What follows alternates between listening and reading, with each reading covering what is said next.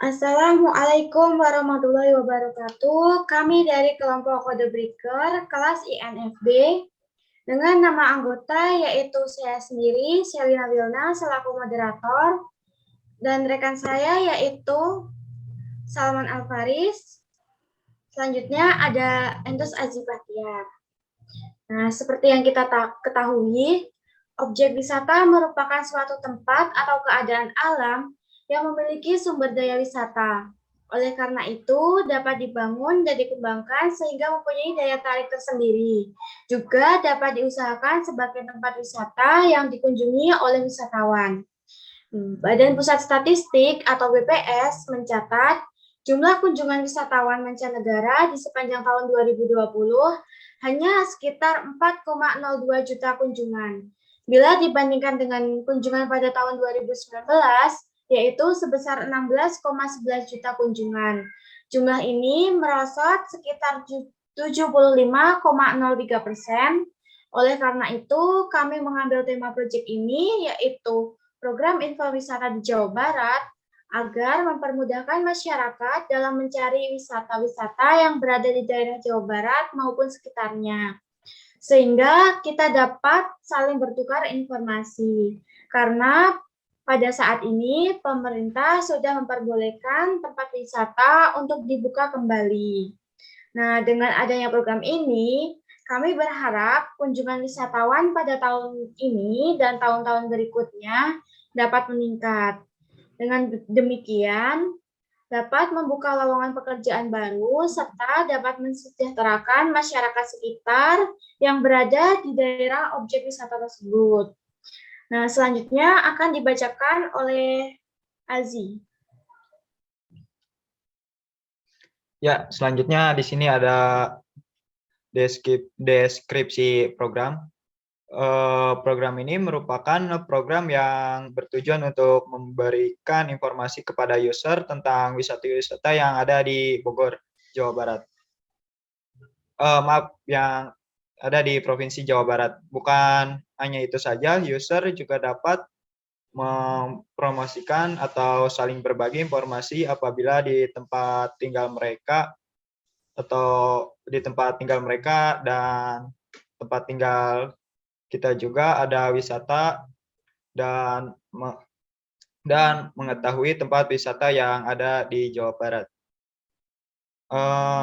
Selanjutnya ada daftar fungsi dan metode program.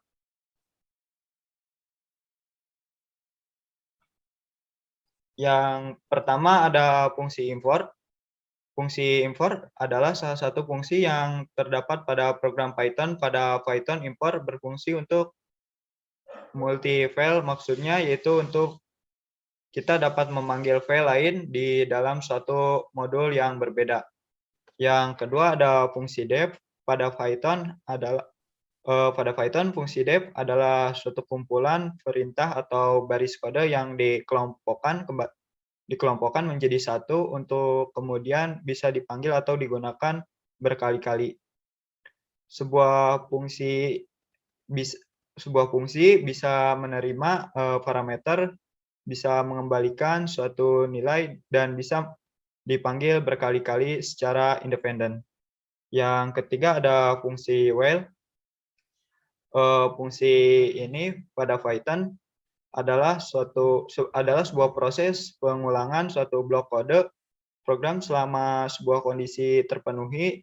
Singkatnya, perulangan while adalah perulangan yang bersifat indefinite atau tidak pasti, bahkan tidak terbatas. Yang keempat ada fungsi if. Pada Python ada beberapa statement atau kondisi, diantaranya adalah if, else, dan elif kondisi. Kondisi if digunakan untuk mengeksekusi kode jika kondisi bernilai benar atau true, jika kondisi bernilai salah atau false. Maka statement atau kondisi if tidak akan dieksekusi. Yang kelima ada fungsi for atau perulangan for.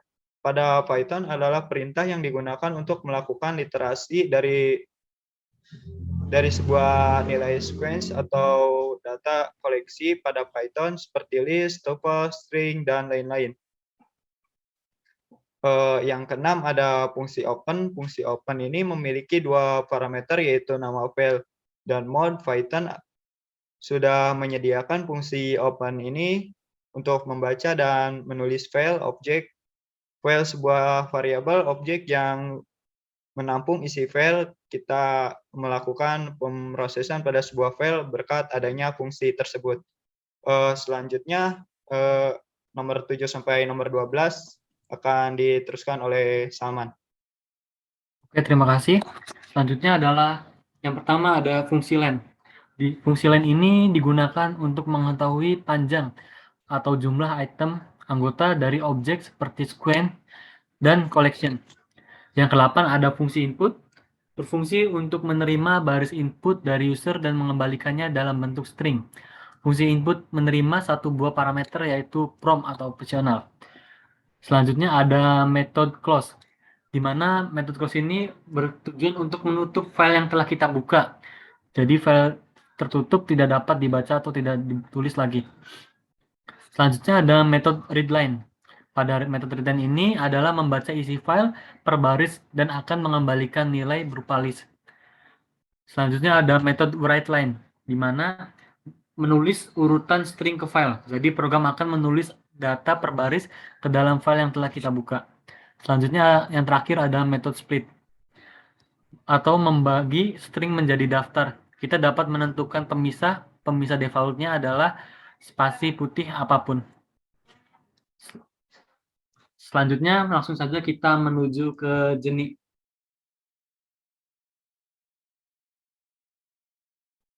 Oke, yang pertama kita membutuhkan beberapa modul. Yang pertama ada modul OS, dan yang kedua ada modul SYS. Selanjutnya kita menggunakan perulangan while true, di mana perulangan ini berfungsi agar program melakukan perulangan secara terus-menerus tanpa batas.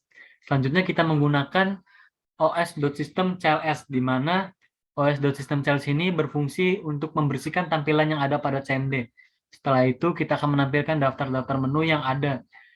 Dari daftar menu tersebut kita membuat beberapa fungsi sesuai yang ada di daftar menu. Yang pertama ada fungsi def. Yang pertama ada fungsi yang kita beri nama menambahkan data. Nah, pada fungsi ini user akan diminta untuk menginput jawaban apakah Anda ingin menambahkan wisata baru. Apabila user menginput jawabannya, maka program akan membuka file baru, membuka file dengan nama project2.txt. Lalu user akan diminta untuk menginput nama wisata, lokasi wisata, dan harga tiket. Setelah itu program akan menulisnya ke dalam file tersebut. Nah, dalam fungsi ini kita menggunakan perulangan while. Jadi ketika kita menginput jawabannya, maka program akan mengulangi hal yang sama hingga user menginput jawaban selain itu. Jadi kalau kita misalnya menginput dia, maka program ini akan menjalankan fungsi ini terus. Sebaliknya, jika kita menginput jawaban selain itu, maka program akan mengembalikan ke daftar menu. Nah, contohnya seperti ini. Langsung aja kita buka CMD-nya.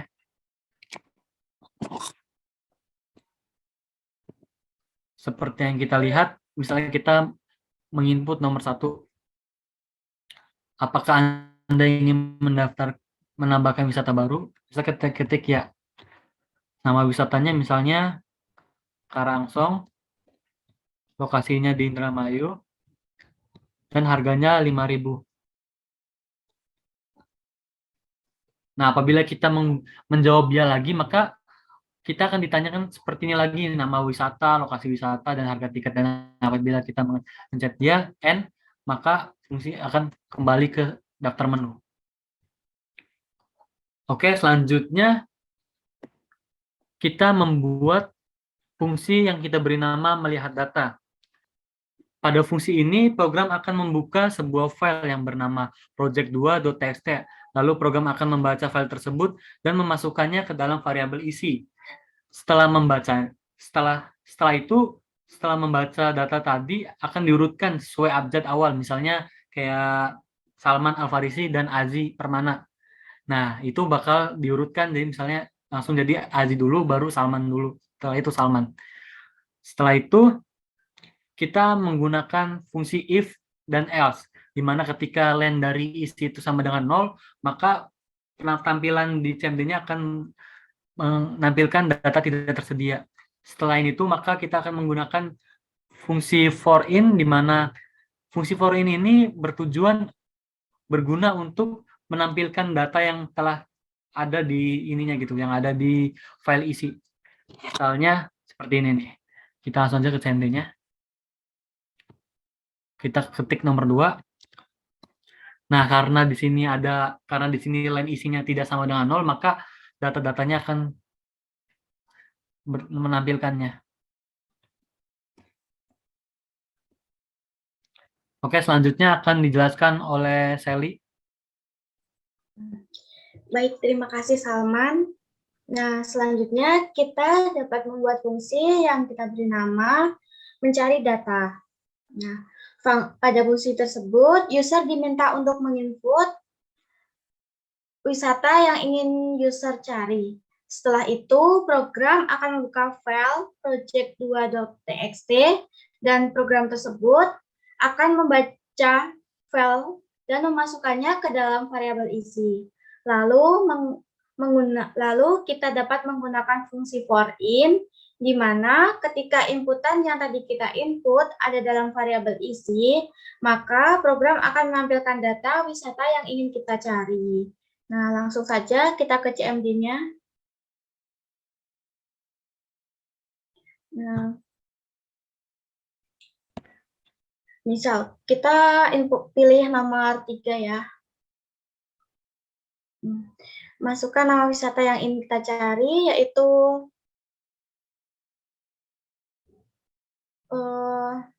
Kebun Raya.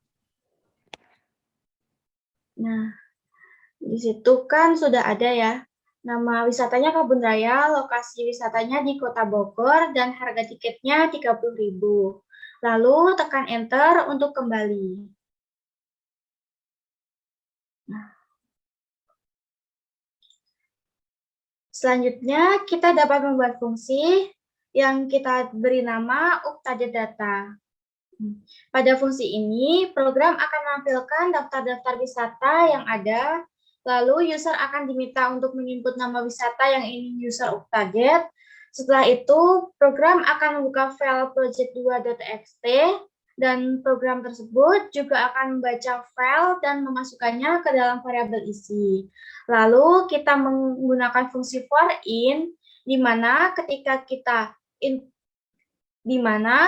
inputan yang tadi kita input ada dalam variabel isi, maka user akan diminta untuk mengisi beberapa inputan.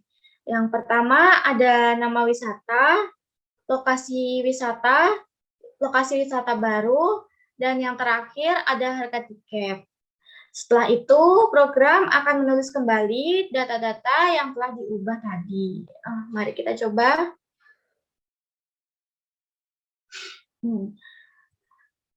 Pilih nomor 4. Misalkan Kebun Raya.